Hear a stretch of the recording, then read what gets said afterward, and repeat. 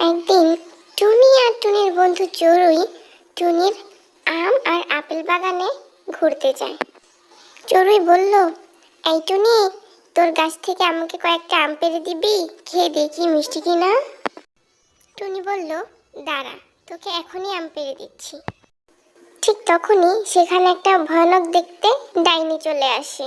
আর ডাইনি টুনিকে বলে, এই টুনি, তোকে আমি একটাও আম নিতে দিব না। টুনি বলে, কেন তুমি আমাকে আম নিতে দিবে না? এটা আমার বাগানের আম। ডাইনি বলে, যদি তোর ভিডিওতে কেউ লাইক কমেন্ট শেয়ার করে চ্যানেলটাকে সাবস্ক্রাইব করে দেয় তাহলেই আমি তোকে আম দিব। বন্ধুরা, তোমরা ভিডিওতে লাইক করে কমেন্ট করে চ্যানেলটাকে সাবস্ক্রাইব করে দাও, তাহলেই ডাইনি টুনিকে আম খেতে দিবে।